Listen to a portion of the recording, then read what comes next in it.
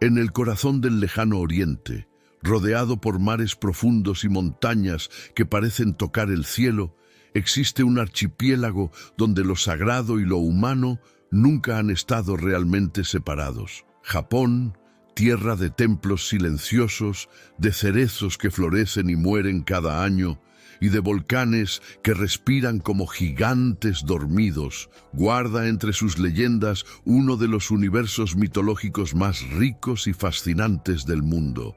La mitología japonesa no es solo un conjunto de relatos antiguos, es un espejo donde se reflejan la naturaleza, las emociones humanas, el respeto por los ancestros y la relación con lo invisible. Aquí, cada río tiene un espíritu, cada montaña es la morada de un dios, y hasta la más ligera brisa puede ser la voz de un kami, esas divinidades que acompañan cada aspecto de la existencia. Antes de que existieran los samuráis, los emperadores y las ciudades iluminadas, los japoneses ya narraban estas historias para explicar el origen del mundo, el misterio de la vida y el inevitable ciclo de la muerte. No eran solo mitos para entretener, sino enseñanzas que se susurraban en aldeas iluminadas por antorchas, alrededor del fuego, en noches frías donde los niños escuchaban con los ojos muy abiertos y los ancianos guardaban silencio, como guardianes de un conocimiento ancestral. En estas narraciones aparecen dioses que aman y que odian, que crean y que destruyen. Está Amaterasu, la diosa del sol, cuyo brillo sostiene el mundo. Susanoo, el dios tempestuoso de los mares, capaz de traer caos y redención. Y Tsukuyomi, guardián de la luna y la noche. Juntos forman un triángulo de equilibrio cósmico, donde la luz y la oscuridad se enfrentan y se reconcilian en un ciclo eterno. Pero la mitología japonesa no se limita a los cielos. También camina entre nosotros en la forma de criaturas enigmáticas. Los kappa, seres de agua traviesos y peligrosos. Los tengu, guardianes de las montañas con rostros de ave. Los oni, demonios que representan nuestros miedos más profundos. Y las kitsune, zorros mágicos que juegan con la ilusión y la realidad. Cada figura encierra una enseñanza, un reflejo de lo que somos y de lo que tememos ser. Imagina por un instante que cierras los ojos. El sonido de un tambor resuena en la distancia. Una melodía de flauta atraviesa el silencio de la noche. A tu alrededor, el bosque parece respirar y entre las sombras se intuyen presencias invisibles. Esa es la atmósfera de la mitología japonesa. Un mundo donde lo cotidiano se mezcla con lo sagrado, donde el límite entre los vivos y los espíritus es tan frágil como el cristal. En este viaje vamos a recorrer toda la mitología japonesa, desde el nacimiento del cosmos hasta las leyendas de héroes y monstruos. No importa si escuchas estas palabras para aprender, para soñar o para dormir. Lo importante es dejarse llevar, como quien navega en un río antiguo, siguiendo la corriente de historias que los japoneses han cuidado durante miles de años. Así que prepárate, acomódate en un lugar tranquilo, respira profundo y deja que esta narración te envuelva. Si aún no lo has hecho, te invito a suscribirte a este canal, a dejar tu like y a comentar qué parte de la mitología japonesa te sorprende más. De esta manera, juntos mantendremos viva la llama de estas historias, compartiéndolas con quienes buscan conocimiento, inspiración o simplemente un momento de calma antes de dormir. Porque esta no es solo la historia de un pueblo, es un reflejo universal del alma humana, de nuestra eterna búsqueda por entender de dónde venimos, quiénes somos y hacia dónde vamos. Y en cada mito japonés, en cada kami, en cada criatura misteriosa, se esconde una respuesta, o al menos una pista, para ese enigma que todos compartimos. Bienvenidos entonces a un viaje que no conoce fronteras entre lo real y lo imaginario. Bienvenidos a toda la mitología japonesa explicada. En un principio no había cielo ni tierra, ni mares ni montañas, ni siquiera el sol o la luna. Todo lo que existía era un caos primigenio, una masa sin forma que contenía en silencio el germen de todo lo que vendría. Era un estado ambiguo, como un huevo cósmico que aguardaba el momento exacto para abrirse y dar paso a la creación. Los antiguos japoneses llamaban a este estado el Ame no Nakanushi, el Señor del centro del cielo, una entidad que representaba la conciencia pura en medio del vacío. De aquella nada, poco a poco, comenzaron a separarse los elementos. Lo más ligero se elevó hacia arriba y se convirtió en el cielo. Lo más pesado descendió y se transformó en la tierra. Era como si dos mundos nacieran al mismo tiempo. Uno luminoso, etéreo, intangible, y otro denso, oscuro, en proceso de solidificación. Entre ambos permanecía un espacio intermedio, un puente invisible que permitía el contacto entre lo divino y lo terrenal. En ese proceso de ordenamiento cósmico surgieron los primeros seres divinos, los llamados kami primordiales. Ellos no eran como los humanos, ni siquiera como los dioses posteriores. Eran entidades abstractas, sin forma definida, que existían como manifestaciones del equilibrio universal. Los textos más antiguos, como el Kojiki y el Nihon Shoki, mencionan a varios de ellos: Ame no Minakanushi, Takamimusubi y Kamimusubi. No tenían cuerpo, ni voz, ni rostro. Eran presencias silenciosas que simplemente aparecieron y luego desaparecieron como chispas en la oscuridad. Después de estas deidades invisibles, comenzaron a nacer otros kami más cercanos a la comprensión humana. Surgieron en parejas, como si el cosmos reconociera la necesidad de la dualidad, masculino y femenino, cielo y tierra, luz y sombra. De esa secuencia divina, finalmente aparecieron Izanagi e Izanami, los protagonistas fundamentales en la creación de Japón. Sus nombres significan el que invita y la que invita. Juntos representan el principio creador, la fuerza masculina y femenina unidas en un mismo destino. El relato cuenta que los dioses superiores, preocupados porque la tierra aún era una masa flotante y sin forma, encargaron a Izanagi e Izanami la misión de dar estructura al mundo. Para ello, les entregaron una lanza sagrada llamada Ame no Nuboko. Era un arma divina, pero también un instrumento de creación. Izanagi e Izanami se situaron en el puente celestial, conocido como Ame no Ukihashi, el puente flotante del cielo, desde donde podían observar la tierra informe extendiéndose como un mar de niebla. Con solemnidad, sumergieron la punta de la lanza en aquel caos líquido. Al removerlo, gotas de materia cayeron de la punta del arma y se acumularon poco a poco, formando una isla. Esa primera tierra fue llamada Onogoro-shima, la isla que se condensa por sí misma. Allí descendieron Izanagi e Izanami para cumplir su tarea de poblar y dar forma al archipiélago. En Onogoro-shima, los dioses construyeron una columna sagrada, un pilar central que unía el cielo y la tierra. En torno a este pilar, realizaron un ritual de matrimonio. Caminaron en direcciones opuestas, rodeando la columna, hasta encontrarse de nuevo frente a frente. Izanami, la diosa, fue la primera en hablar, saludando a Izanagi con palabras de bienvenida. Sin embargo, ese gesto fue considerado inapropiado, pues la tradición dictaba que era el hombre quien debía pronunciar primero el saludo. De aquella unión nacieron hijos deformes, criaturas incompletas que fueron rechazadas por los dioses superiores.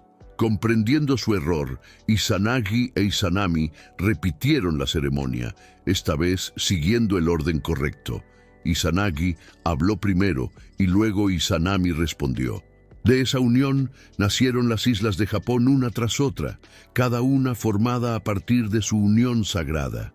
Así surgieron Awaji, Shikoku, Oki, Kyushu, Iki, Tsushima, Sado y finalmente la gran isla de Honshu. Con el tiempo, otras tierras se agregaron hasta conformar todo el archipiélago japonés. No solo las islas fueron creadas. Izanagi e Izanami dieron a luz a montañas y ríos, bosques y mares. Cada elemento de la naturaleza era un hijo divino, un kami con identidad propia. El mundo que antes era un caos sin forma se transformaba en un escenario vivo y dinámico, lleno de energía espiritual. Pero la creación no estuvo libre de tragedia. En un momento, Izanami dio a luz al dios del fuego, Kagutsuchi. El parto fue tan doloroso y violento que las llamas del recién nacido quemaron el cuerpo de la diosa, causándole una herida mortal.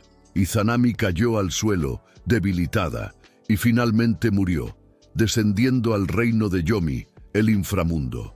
Izanagi, devastado, contempló cómo su amada se alejaba hacia la oscuridad. La ira y el dolor del dios fueron tan intensos que en un arrebato desenvainó su espada y decapitó a Kagutsuchi. De la sangre del dios del fuego nacieron más deidades, asociadas con volcanes, tempestades y la fuerza destructiva de la naturaleza. Así, incluso la muerte y el dolor se convirtieron en fuentes de nueva vida. Izanagi, sin embargo, no aceptó perder a su compañera. Decidió descender al Yomi, la tierra de los muertos, para traerla de vuelta.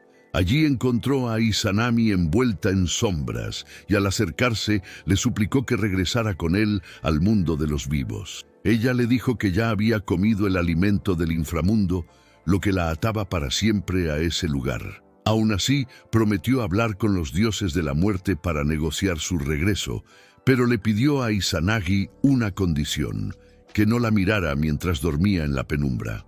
Movido por la impaciencia y la angustia, Izanagi rompió la promesa. Encendió una antorcha y miró a su amada. Lo que vio lo horrorizó. Izanami estaba descompuesta, su cuerpo cubierto de gusanos y criaturas de la muerte. Aterrorizado, Izanagi huyó de aquel lugar, perseguido por los demonios del Yomi. Logró escapar y selló la entrada del inframundo con una gran roca, separando para siempre el mundo de los vivos del de los muertos. De regreso en la tierra, Izanagi se sintió contaminado por la impureza de la muerte. Para purificarse, realizó un ritual en un río. Mientras se lavaba, de su cuerpo surgieron nuevas divinidades. De su ojo izquierdo nació Amaterasu, la diosa del sol. De su ojo derecho, Tsukuyomi, dios de la luna, y de su nariz, Susanoo, dios de las tormentas y los mares. Estos tres dioses formarían la tríada más importante del panteón japonés, influyendo en todas las historias posteriores. Así, del dolor y la purificación, de la pérdida y la esperanza, nació el orden del mundo. La creación japonesa no es una historia simple de luz contra oscuridad, sino un ciclo constante donde cada pérdida engendra algo nuevo, donde la vida y la muerte conviven en equilibrio. Los japoneses entendieron que la naturaleza misma era un reflejo de esa historia. El sol que regresa cada mañana es Amaterasu brillando desde el cielo. El mar embravecido es el temperamento de Susanoo. La calma plateada de la noche es el reflejo de Tsukuyomi. Y cada isla, cada montaña y cada río son hijos de aquella pareja primordial que, con amor y dolor, dieron forma a Japón. En este primer capítulo hemos visto cómo del vacío surgieron los kami primordiales, cómo Izanagi e Izanami dieron origen al archipiélago y cómo, de su unión y tragedia, emergieron los dioses que dominarían el destino de los hombres. Pero apenas hemos tocado la superficie. En el próximo capítulo, la luz de Amaterasu iluminará el mundo, y con ella, nuevas historias revelarán el vínculo entre los dioses y la humanidad. Entre todos los hijos nacidos de la purificación de Izanagi, hubo una que brilló con una intensidad incomparable: Amaterasu Omikami, la gran diosa del sol.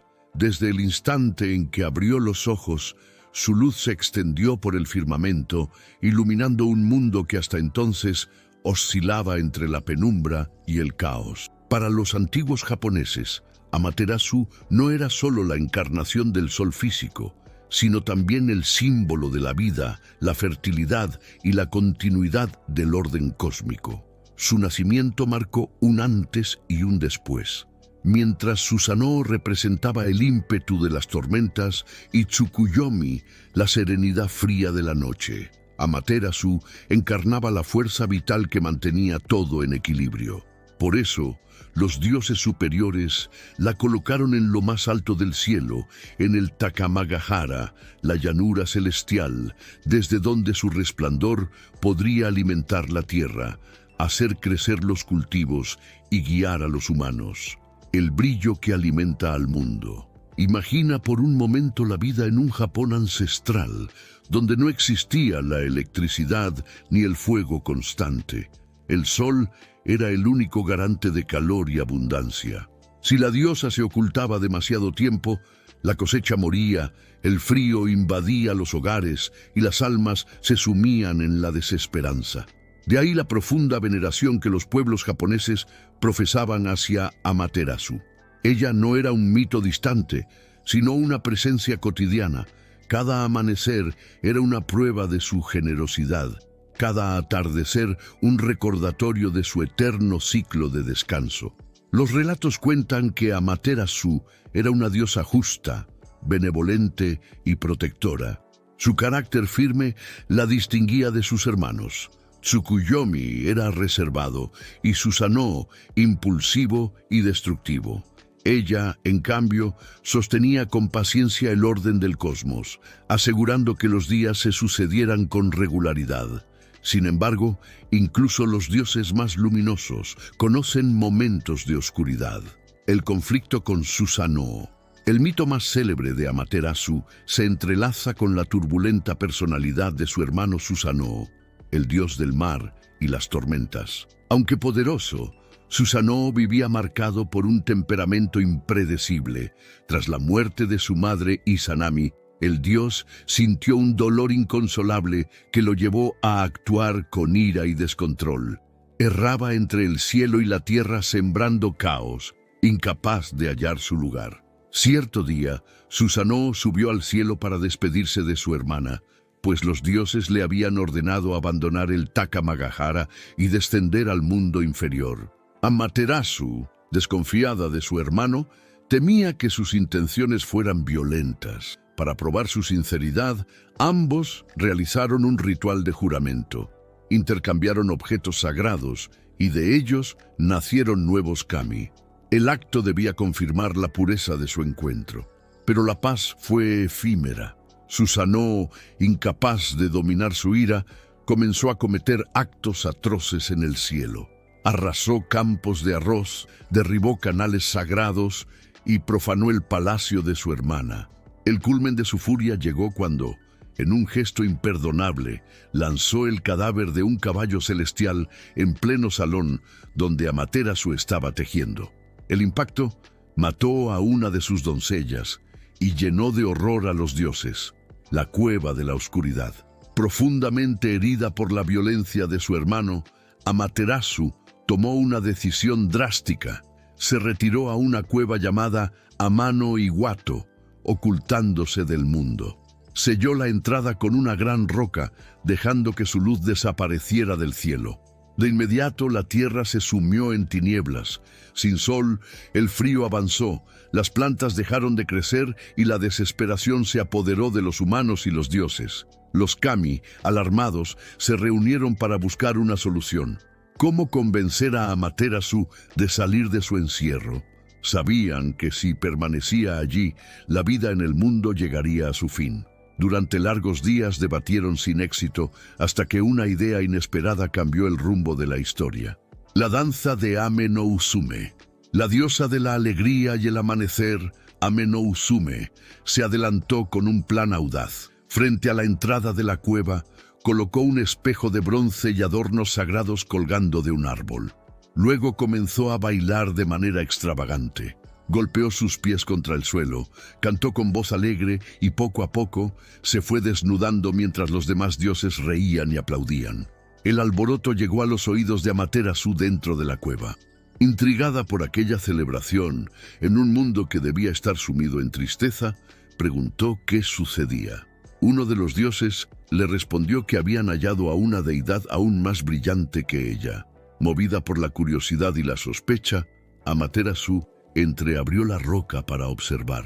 En ese instante, el espejo colocado frente a la entrada reflejó su propio rostro resplandeciente. Sorprendida por la visión, se inclinó para mirar mejor. Aprovechando la oportunidad, los demás dioses retiraron la roca y la sacaron de la cueva. Así, la luz del sol regresó al mundo, y con ella renacieron la esperanza y la vida. Simbolismo del mito. Este relato no es solo una anécdota de dioses caprichosos. En él se esconde una profunda lección sobre el ciclo de la naturaleza y el poder de la comunidad. La retirada de Amaterasu simboliza el invierno, cuando la luz del sol parece desvanecerse y la vida se detiene. Su regreso representa la primavera, el renacimiento, la alegría colectiva que celebra el retorno de la fertilidad y el calor. El espejo, además, se convirtió en uno de los 3 tesoros sagrados del Japón, junto con la espada y la joya. Para los japoneses, no era solo un objeto físico, sino un símbolo espiritual, reflejar la luz, la verdad y la esencia de uno mismo. Incluso hoy, el espejo sagrado de Amaterasu sigue siendo parte de los tesoros imperiales, marcando la continuidad entre el mito y la historia real del país. El linaje divino Amaterasu no solo brilló en los cielos, sino que también marcó el destino de los humanos. Según la tradición, la diosa envió a su nieto Ninigi no Mikoto a la tierra para gobernar en su nombre. Le entregó los 3 tesoros sagrados, el espejo, la espada y la joya, símbolos de su poder. De ese linaje descendería Jimmu, el primer emperador de Japón. Así, la familia imperial japonesa se considera heredera directa de la diosa del sol. Este detalle confiere al mito una importancia política única. Durante siglos, los emperadores japoneses fueron vistos no solo como gobernantes humanos, sino como descendientes de la divinidad solar. De esta manera, Amaterasu no es únicamente un mito, es el corazón espiritual y político del Japón. El contraste eterno. Sin embargo, el mito también muestra un contraste inevitable. Donde hay luz, también hay sombra. Amaterasu y Susanoo representan esa dualidad eterna entre orden y caos, creación y destrucción. Mientras ella sostiene la vida, él la sacude con tormentas y desafíos. No son enemigos absolutos, sino polos opuestos de una misma realidad. En su tensión, el mundo encuentra equilibrio. Amaterasu en la vida cotidiana. Los japoneses antiguos, al mirar el amanecer, no veían solo un fenómeno natural. Observaban a Amaterasu ascendiendo al cielo.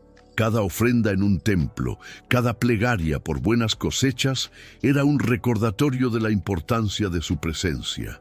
Incluso hoy, en el santuario de Ise, uno de los lugares más sagrados de Japón, se guarda la memoria viva de la diosa del sol.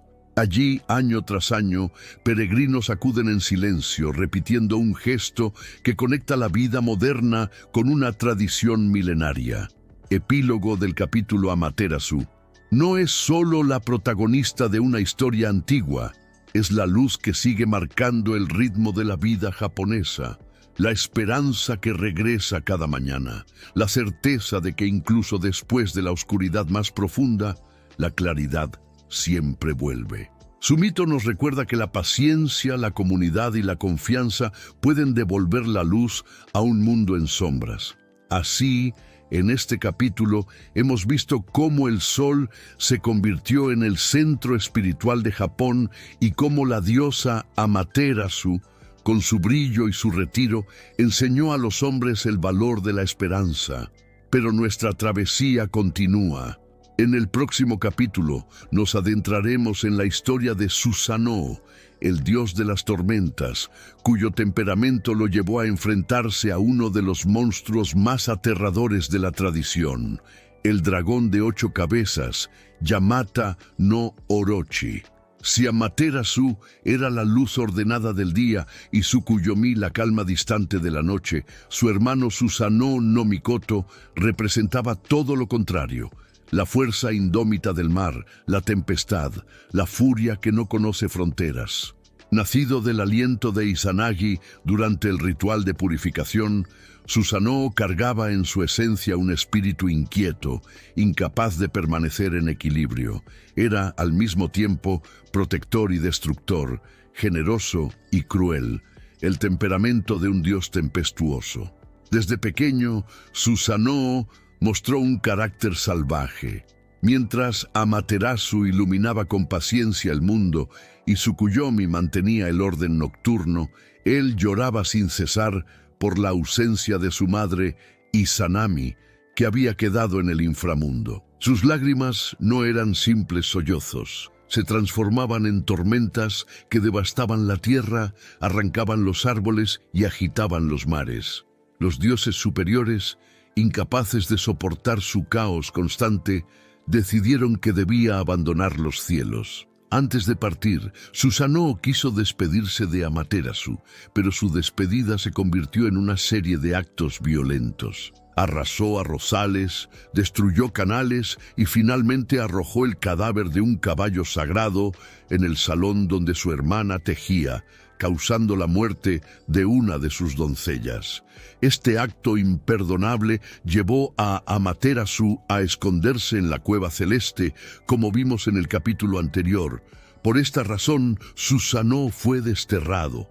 Expulsado del cielo, cayó a la tierra con la furia de un rayo, encontrando su lugar entre los océanos y las costas. Allí, el rugido de las olas y el bramido de los vientos se convirtieron en el eco de su espíritu. El descenso a la tierra. El dios vagó sin rumbo, hasta que sus pasos lo llevaron a la provincia de Izumo, un lugar montañoso y fértil, donde los ríos desembocaban en el mar. Fue allí donde Susanoo escuchó los lamentos de una familia que lloraba desconsolada. Un anciano y una anciana, Ashinazuchi y Tenazuchi, sostenían en brazos a su única hija restante, Kushinada Hime, una joven de gran belleza. El matrimonio explicó que habían tenido 8 hijas, pero 7 de ellas habían sido devoradas, una, por una criatura monstruosa llamada Yamata no Orochi, un dragón colosal de 8 cabezas y 8 colas, cuyo cuerpo se extendía como 8 valles y 8 montañas, cubierto de musgo y cipreses. Cada año, la bestia regresaba para reclamar a una hija, y ese año había llegado para llevarse a Kushinada. El pacto de Susanoo. Al escuchar la historia, Susanoo vio una oportunidad de redención. Les prometió a los padres que derrotaría al dragón si le entregaban a Kushinada como esposa. Desesperados por salvar a su hija, aceptaron sin dudar. El dios tomó entonces a la joven y para protegerla, la transformó en un peine que colocó en su cabello, manteniéndola siempre junto a él durante la batalla. Después, ordenó a la familia que preparara 8 enormes tinajas de sake, el vino de arroz japonés, y que las colocaran frente a las 8 cabezas del monstruo. La llegada de Orochi. La tierra tembló cuando Yamata no Orochi se aproximó. Su cuerpo era tan vasto que parecía una cadena montañosa en movimiento. Sus ojos brillaban rojos como carbones ardientes, y de sus fauces salía un hedor insoportable de sangre y veneno. Cada una de sus 8 cabezas se movía con independencia, girando en todas direcciones, mientras sus colas golpeaban el suelo con fuerza, capaz de derribar árboles. La bestia olfateó el aire y, atraída por el aroma del sake, comenzó a beber de las tinajas. Una tras otra, las cabezas se sumergieron en la bebida hasta que el dragón quedó completamente embriagado. Su cuerpo se tambaleaba, sus ojos se nublaron y su rugido se convirtió en un gemido pesado. La batalla del dios y el dragón. Aprovechando ese momento, Susanoo desenvainó su espada y lanzó el ataque. Avanzó con la furia de las tormentas, cortando una cabeza tras otra. El choque entre el metal divino y las escamas de la bestia hacía temblar la tierra. La sangre del dragón corría como ríos, tiñendo de rojo el suelo. Finalmente, cuando todas las cabezas habían caído, Susanoo levantó la espada para asestar el golpe final en una de las colas. Pero al cortar la octava cola, descubrió algo inesperado. Dentro del cuerpo de Orochi yacía una espada celestial, de un brillo tan puro que parecía contener la esencia misma de los dioses. Susanoo tomó la espada y, en señal de reconciliación, la ofreció a Amaterasu como símbolo de respeto. Aquella arma sería conocida como Kusanagi no Tsurugi, la espada que corta la hierba, uno de los 3 tesoros sagrados del Japón. El héroe contradictorio. Después de derrotar al dragón, Susanoo cumplió su promesa y desposó a Kushinada Hime. A partir de entonces, Enizumo fue recordado no como un dios caótico, sino como un héroe salvador. Sin embargo, su naturaleza jamás dejó de ser contradictoria. Era al mismo tiempo protector de aldeas y causante de desastres. Su carácter representaba la dualidad de los mares, a veces generosos, a veces crueles. Este contraste convirtió a Susanoo en una figura ambivalente, temida y venerada por igual. Si se le ofrecían plegarias y rituales, podía brindar abundancia en la pesca y fertilidad en las tierras. Si se le olvidaba o se le despreciaba, desataba tormentas, inundaciones y pérdidas irreparables. El simbolismo del mito. El enfrentamiento entre Susanoo y Orochi no es solo una leyenda fantástica.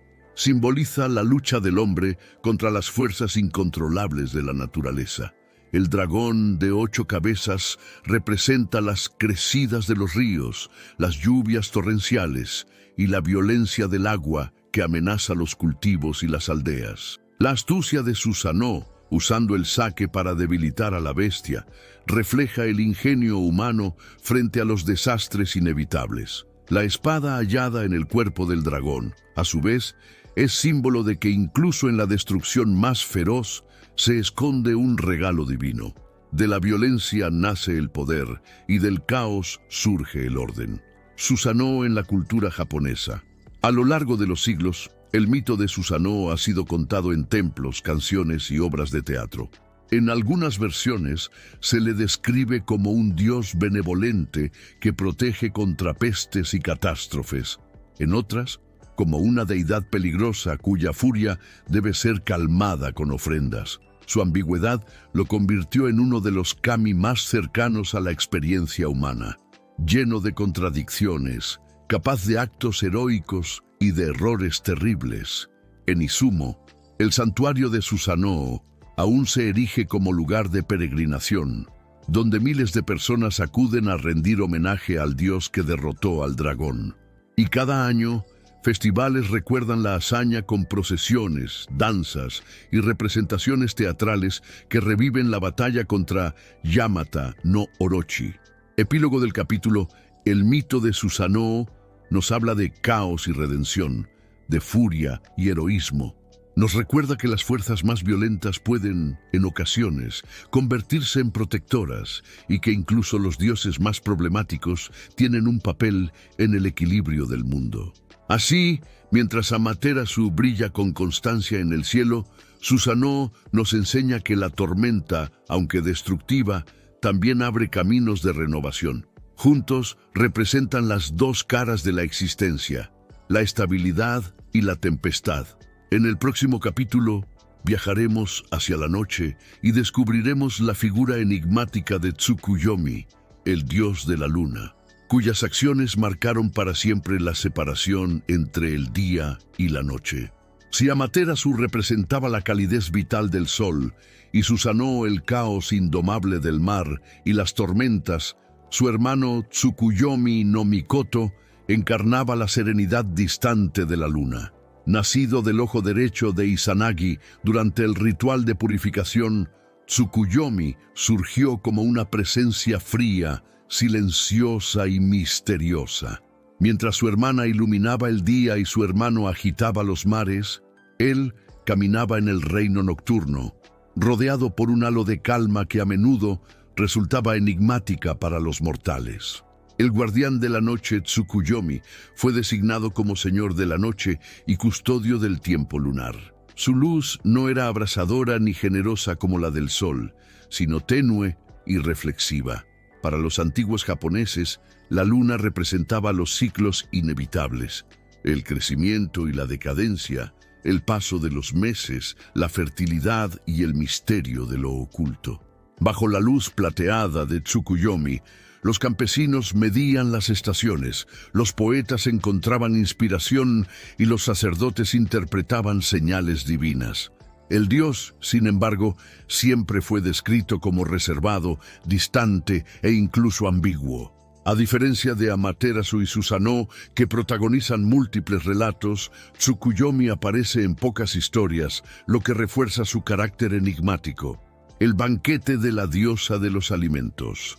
La leyenda más conocida de Tsukuyomi cuenta que un día fue enviado por Amaterasu a representar al cielo en un banquete ofrecido por Ukemochi, la diosa de la comida.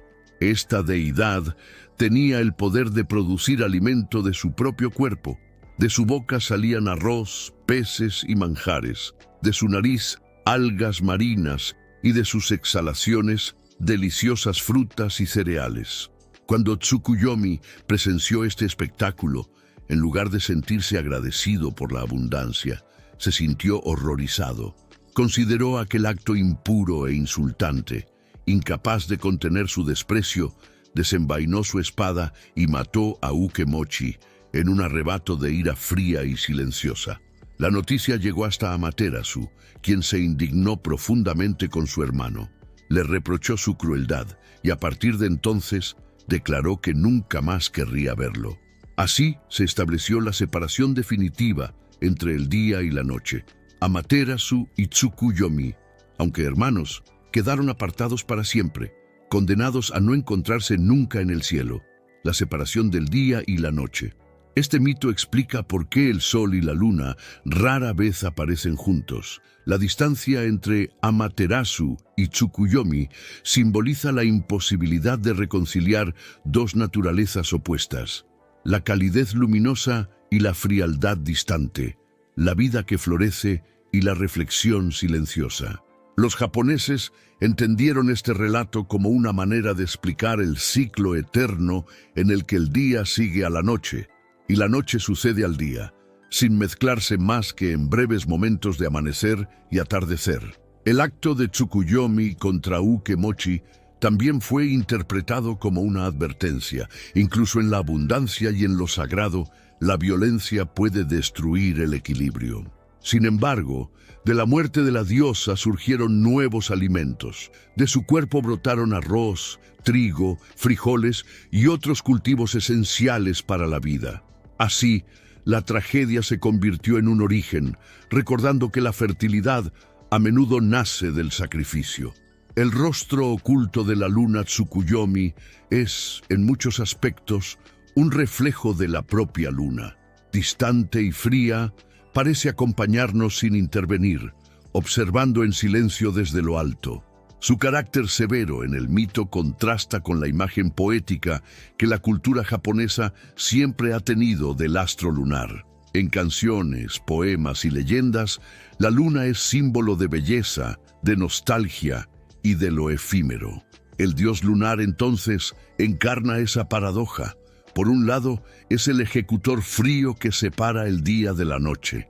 Por otro, es la inspiración de la contemplación serena que acompaña las noches tranquilas. Bajo su luz plateada, los campesinos trabajaban en los campos de arroz, los enamorados intercambiaban promesas y los monjes meditaban en silencio, buscando el reflejo de la verdad interior, Tsukuyomi y la espiritualidad japonesa. Aunque menos venerado que Amaterasu o Susanoo, Tsukuyomi desempeñó un papel importante en la religiosidad japonesa. Los ciclos lunares regulaban los calendarios agrícolas y las festividades, marcando los momentos de siembra y cosecha. Las fases de la luna eran vistas como señales divinas y muchas ceremonias se celebraban bajo su influjo. En la literatura clásica, como en los poemas del Manyoshu, la luna aparece una y otra vez como símbolo de la fugacidad de la vida. Esa visión conecta con el espíritu de Tsukuyomi, un recordatorio de que todo cambia, que nada permanece igual, que la belleza y la tristeza conviven en cada instante. El silencio del dios lunar, la escasez de relatos sobre Tsukuyomi, no es casual. Algunos estudiosos creen que su carácter sombrío y su asociación con la muerte de Uke Mochi hicieron que su culto quedara relegado. Otros sugieren que su silencio es deliberado. Así como la luna se oculta tras las nubes o desaparece en la fase nueva, también el dios permanece ausente, recordándonos que no todo puede ser visto ni comprendido. En ese misterio radica su fuerza. Tsukuyomi no enseña con palabras ni con gestos grandiosos. Su lección es la contemplación, la paciencia de observar en silencio, la capacidad de aceptar la oscuridad sin temor. Mientras Susanoo actúa con violencia y Amaterasu con resplandor, Tsukuyomi enseña la sabiduría de la quietud. Epílogo del capítulo. La figura de Tsukuyomi nos revela que la mitología japonesa no se limita a héroes luminosos o monstruos terribles. También nos habla de lo ambiguo, de lo incompleto, de lo que permanece en la penumbra. El dios lunar, con su silencio y su distancia, es un espejo de nuestra propia incertidumbre. Hay momentos en la vida en los que no encontramos respuestas claras, en los que debemos aceptar que el tiempo se mueve en ciclos y que cada noche es seguida inevitablemente por un nuevo amanecer. Así, mientras Amaterasu brilla en el día y Susanoo agita las tormentas, Tsukuyomi camina en la noche, guardando secretos que nunca serán revelados del todo. Y bajo su luz plateada, los hombres y mujeres de Japón aprendieron a valorar lo efímero, lo sutil y lo oculto. En el próximo capítulo dejaremos el reino de los dioses principales para adentrarnos en el vasto universo de las criaturas míticas y yokai, seres enigmáticos que pueblan los ríos, las montañas y los bosques y que siguen apareciendo en historias populares hasta el día de hoy. Si los grandes dioses del sol, la luna y las tormentas reinaban sobre los cielos y los mares, el Japón antiguo también estaba habitado por incontables espíritus menores, criaturas misteriosas y entidades que convivían de manera invisible con los hombres. A estos seres se les conoce como yokai, apariciones, monstruos o espíritus cuyo origen se pierde en el tiempo. Algunos eran traviesos, otros terriblemente peligrosos, y unos pocos podían incluso brindar fortuna. En la cosmovisión japonesa, el mundo nunca estuvo vacío. Cada río tenía un guardián, cada montaña escondía un espíritu, y hasta los objetos cotidianos podían cobrar vida después de siglos de uso. El universo estaba habitado por presencias invisibles que podían bendecir o arruinar la vida de una familia. Por eso, la relación con los yokai estaba marcada por el respeto, el miedo y, en ocasiones, la veneración. Los kappa, peligros en el agua. Entre los yokai más famosos se encuentran los kappa, criaturas acuáticas con cuerpo humanoide, piel verdosa y un caparazón similar al de las tortugas. Su característica más extraña era una depresión en la parte superior de la cabeza que contenía agua. Mientras esa cavidad estuviera llena, el kappa mantenía su fuerza sobrenatural. Si se secaba, quedaba debilitado. Los kappa vivían en ríos y estanques y eran conocidos por atraer a los incautos hacia el agua, a menudo con intenciones fatales. Sin embargo, también se decía que podían ser domesticados o hacerse aliados de los humanos si se les trataba con cortesía. De hecho, como los japoneses valoraban profundamente la etiqueta, los kappa eran especialmente vulnerables a ella. Si alguien les hacía una reverencia, ellos estaban obligados a devolverla, derramando así el agua de su cabeza y perdiendo su poder. El mito de los kappa sirvió, entre otras cosas, como advertencia para los niños. No debían acercarse demasiado a los ríos, porque allí habitaban criaturas que podían arrastrarlos al fondo. Los tengu, guardianes y enemigos. En lo alto de las montañas y en los bosques más profundos habitaban los Tengu, espíritus con aspecto híbrido entre hombre y ave. Conocidos por sus largas narices rojas y sus alas, los Tengu eran guerreros temibles, expertos en artes marciales y portadores de poderes mágicos. En algunas historias se los describe como seres maliciosos que disfrutaban engañando a los monjes arrogantes, haciéndolos perderse en los caminos. En otras, aparecen como protectores de los templos y guardianes de las montañas sagradas. Su ambigüedad los convirtió en figuras complejas. Podían ser maestros severos que entrenaban a los guerreros o enemigos implacables de los soberbios. Hasta hoy, la imagen del Tengu, con su nariz desmesurada, es parte de festivales y representaciones teatrales. Encarnan tanto la burla como la sabiduría, recordando que incluso los guardianes más fieros pueden ser traviesos. Los Oni, demonios del miedo. Entre las criaturas más temidas se encuentran los Oni, ogros demoníacos de piel roja o azul, colmillos afilados y enormes mazos de hierro. Representan el lado más oscuro de la existencia, la violencia, el castigo y los infortunios. Se decía que habitaban en montañas remotas o en el infierno, desde donde bajaban para aterrorizar a los humanos. Los Oni eran vistos como castigadores de los malvados, pero también como azotes indiscriminados que podían arrasar aldeas enteras. Sin embargo, incluso estos seres terribles se convirtieron en parte del folclore festivo. Durante el festival de Setsubun, que marca la llegada de la primavera, los japoneses arrojan granos de soja mientras gritan Oni wa Soto, Fuku wa Uchi, fuera los demonios, dentro la fortuna. De esta manera, los Oni se transformaron en símbolos de lo que debe ser expulsado para dar paso a la prosperidad.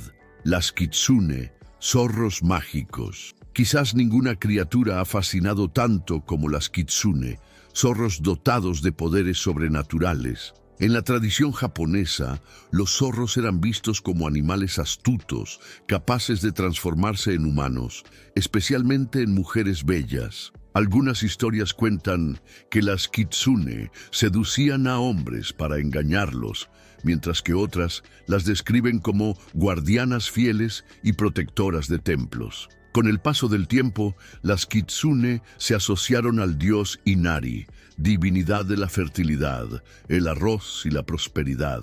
En los santuarios dedicados a Inari, aún hoy se pueden ver estatuas de zorros custodiando las entradas. Así, las Kitsune se convirtieron en símbolos de abundancia, pero también en recordatorios de la delgada línea entre ilusión y realidad. Se decía que cuanto más viejas y sabias se volvían, más colas adquirían, hasta llegar a 9. Una Kitsune de 9 colas era considerada prácticamente una deidad, con poderes ilimitados. Tsukumogami, objetos con alma. En el folclore japonés, incluso los objetos más humildes podían cobrar vida. Los Tsukumogami eran utensilios antiguos, abanicos, sandalias, instrumentos musicales que después de 100 años de uso despertaban con un espíritu propio. Algunos se vengaban de dueños descuidados, mientras que otros se convertían en compañeros juguetones. Este mito refleja la idea japonesa del respeto a las cosas. Todo objeto, incluso inanimado, merece cuidado porque guarda una chispa de vida. Romper, descartar o maltratar un objeto podía atraer mala fortuna, mientras que honrarlo y agradecerle alargaría su utilidad y su espíritu benevolente. Yokai en la vida cotidiana. Lo fascinante de los yokai es que no eran vistos únicamente como seres de historias fantásticas, formaban parte de la vida diaria. Los campesinos explicaban la desaparición de cosechas por la ira de un Oni. Los pescadores hablaban de Kappa al advertir a los jóvenes. Los monjes relataban encuentros con Tengu para enseñar humildad. Los yokai eran en realidad un lenguaje simbólico para entender lo inexplicable, la enfermedad, la desgracia, los accidentes. pero también servían como guardianes culturales, transmitiendo valores como el respeto a la naturaleza, la importancia de la cortesía y la aceptación de que el mundo está habitado por fuerzas invisibles. La influencia en el arte y la cultura. Con el tiempo, los yokai trascendieron la tradición oral y se convirtieron en protagonistas del arte japonés. Durante el período Edo, artistas como Toriyama Sekien los ilustraron en libros, creando catálogos de criaturas con detalles fascinantes. Gracias a estas obras, los yokai adquirieron formas concretas y comenzaron a poblar la imaginación colectiva de todo un país. Hoy, lejos de desaparecer, los yokai siguen vivos en la cultura popular. Aparecen en manga, anime y películas como guardianes, villanos o figuras cómicas. Aunque los tiempos hayan cambiado, su esencia permanece. Siguen siendo metáforas de nuestros miedos, nuestras dudas y nuestras esperanzas. Epílogo del capítulo Los yokai y criaturas míticas nos muestran que la mitología japonesa no se limita a los dioses celestiales.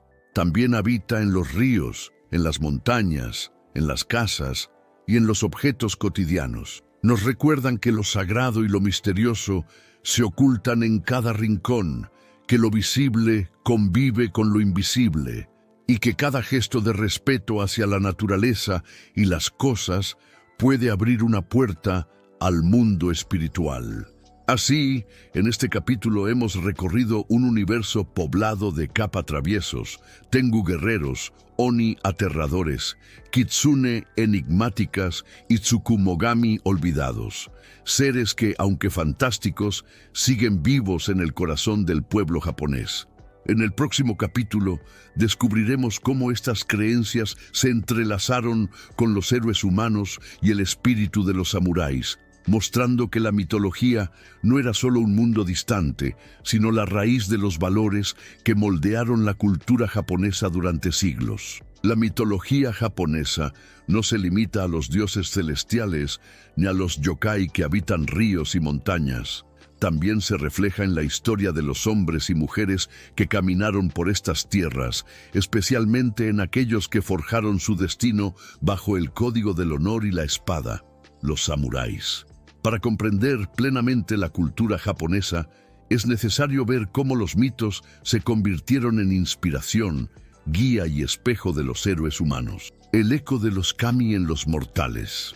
Desde los primeros emperadores que se proclamaban descendientes de Amaterasu, hasta los guerreros que ofrecían su vida por un señor, la mitología fue un pilar que justificaba la existencia y daba sentido al sacrificio.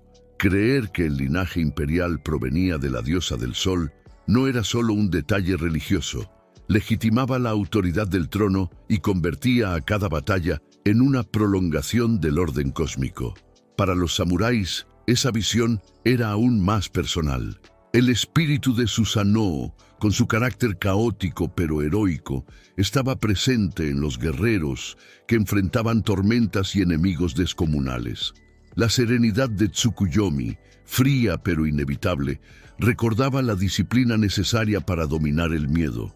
Y la constancia de Amaterasu era un ejemplo de que la luz del deber debía mantenerse incluso en los momentos más oscuros. Héroes legendarios. Entre las figuras más célebres de la tradición japonesa se encuentra Yamato Takeru, un príncipe guerrero cuyo relato se entrelaza con lo divino.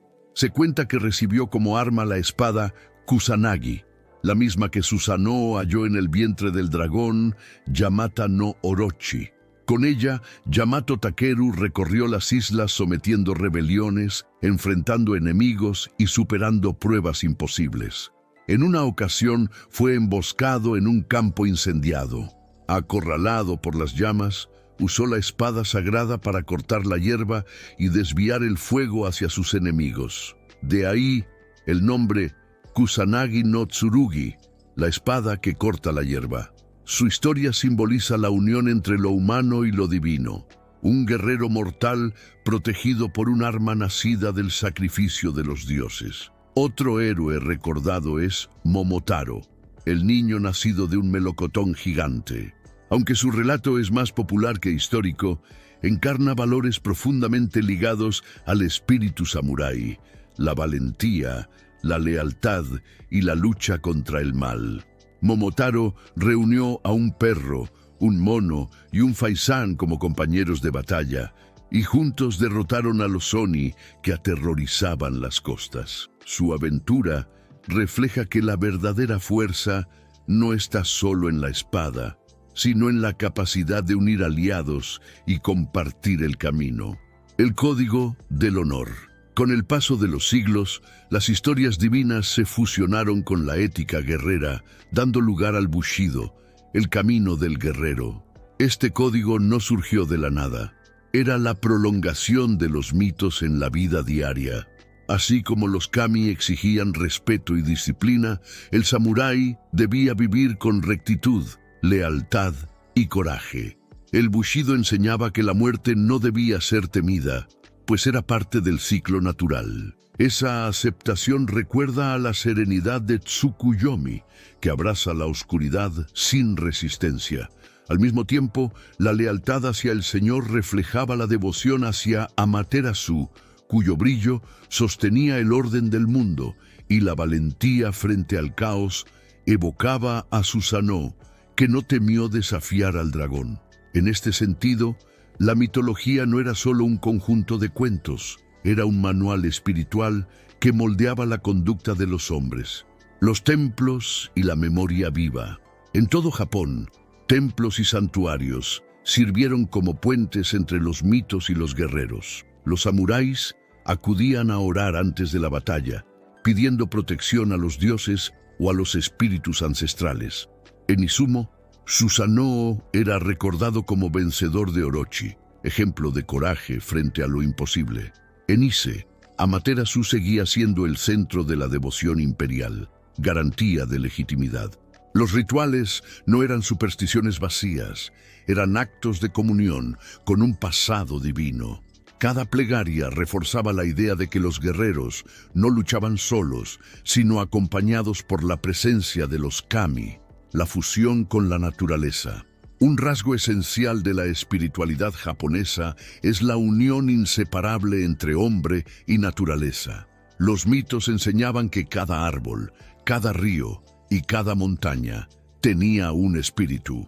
Los samuráis, al entrenar en los bosques o al meditar frente a cascadas, no buscaban solo disciplina física, buscaban armonía con esos kami invisibles. La espada se convertía en prolongación del alma y la batalla en un rito donde lo humano y lo divino se encontraban. El legado de los héroes.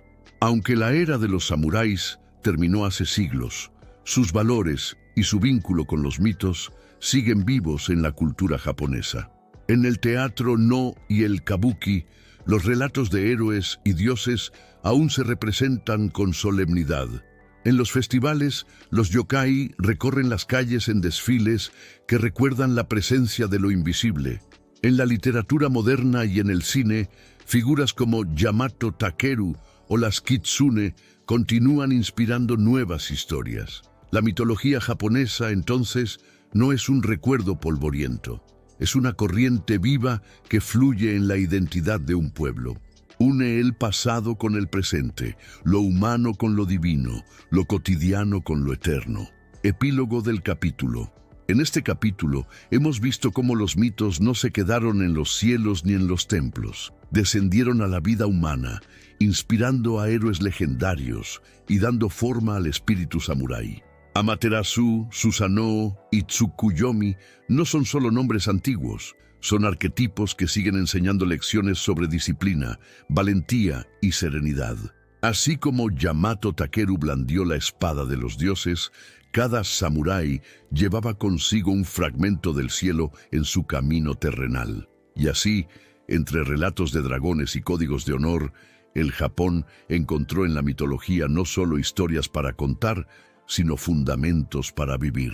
En el próximo y último tramo de nuestro viaje, cerraremos este recorrido reflexionando sobre lo que significa la mitología japonesa hoy. Un espejo donde seguimos descubriendo quiénes somos, de dónde venimos y hacia dónde vamos. Hemos viajado juntos desde el vacío primordial hasta la formación de las islas, desde la luz radiante de Amaterasu hasta la furia de Susanoo, desde la serenidad distante de Tsukuyomi hasta el universo poblado de yokai y héroes humanos. La mitología japonesa, lejos de ser un simple conjunto de relatos, se nos revela como un tejido vivo donde la naturaleza, los dioses y los hombres caminan entrelazados. Cada mito guarda una enseñanza. El nacimiento de las islas a partir de Izanagi e Izanami nos recuerda que incluso del dolor más profundo puede surgir la vida. El retiro de Amaterasu, en la cueva, muestra que la oscuridad es parte inevitable de la existencia, pero también que la luz siempre puede regresar si actuamos en comunidad. La batalla de Susanoo contra Orochi nos enseña que los monstruos internos o externos pueden ser vencidos con ingenio y coraje. Tsukuyomi, con su distancia, nos invita a aceptar los ciclos, la calma y lo oculto. Y los yokai, en toda su diversidad, nos recuerdan que lo invisible siempre nos acompaña, que el mundo está lleno de fuerzas que debemos respetar. El Japón antiguo encontró en estos relatos una manera de explicar lo inexplicable. Los desastres naturales, la fertilidad de la tierra, la fragilidad de la vida. Pero más allá de las explicaciones, los mitos construyeron un puente emocional y espiritual. Alimentaron la poesía, moldearon los valores guerreros, inspiraron templos y festivales y acompañaron a generaciones enteras en su búsqueda de sentido. Y aunque hoy vivimos rodeados de tecnología y luces artificiales, estas historias siguen teniendo poder. ¿Quién no se ha sentido alguna vez como Amaterasu, deseando esconderse del mundo tras una roca? ¿Quién no ha enfrentado un dragón personal, como Susanoo frente a Orochi? ¿Quién no ha sentido la nostalgia serena bajo la luna de Tsukuyomi? La mitología japonesa no habla solo de dioses lejanos, habla de nosotros, habla de nuestros miedos, de nuestras esperanzas y de nuestra eterna búsqueda de equilibrio entre el caos y el orden, la luz y la sombra, lo visible y lo invisible. Al cerrar este viaje, quizás puedas llevar contigo una certeza. Cada amanecer es Amaterasu que vuelve a sonreír. Cada tormenta es Susanoo, recordándonos que nada permanece quieto. Cada noche de luna es Tsukuyomi, susurrando que el tiempo fluye en ciclos. Y cada gesto de respeto hacia la naturaleza, hacia los objetos y hacia los demás, es un eco de aquellas enseñanzas que los japoneses han cuidado durante siglos. Así termina nuestro recorrido por toda la mitología japonesa explicada. Espero que estas palabras te hayan acompañado con calma, que te hayan inspirado a soñar o quizás a dormir con la mente viajando por tierras antiguas. Si esta narración te ha gustado, te invito a suscribirte al canal, dejar tu like y compartir este video para que más personas puedan descubrir estas historias fascinantes. Y cuéntame en los comentarios, ¿qué mito te sorprendió más? ¿Con qué dios o criatura sentiste una conexión especial? Recuerda, las mitologías son espejo. Cuanto más las exploramos, más descubrimos de nosotros mismos. Gracias por haberme acompañado en este viaje.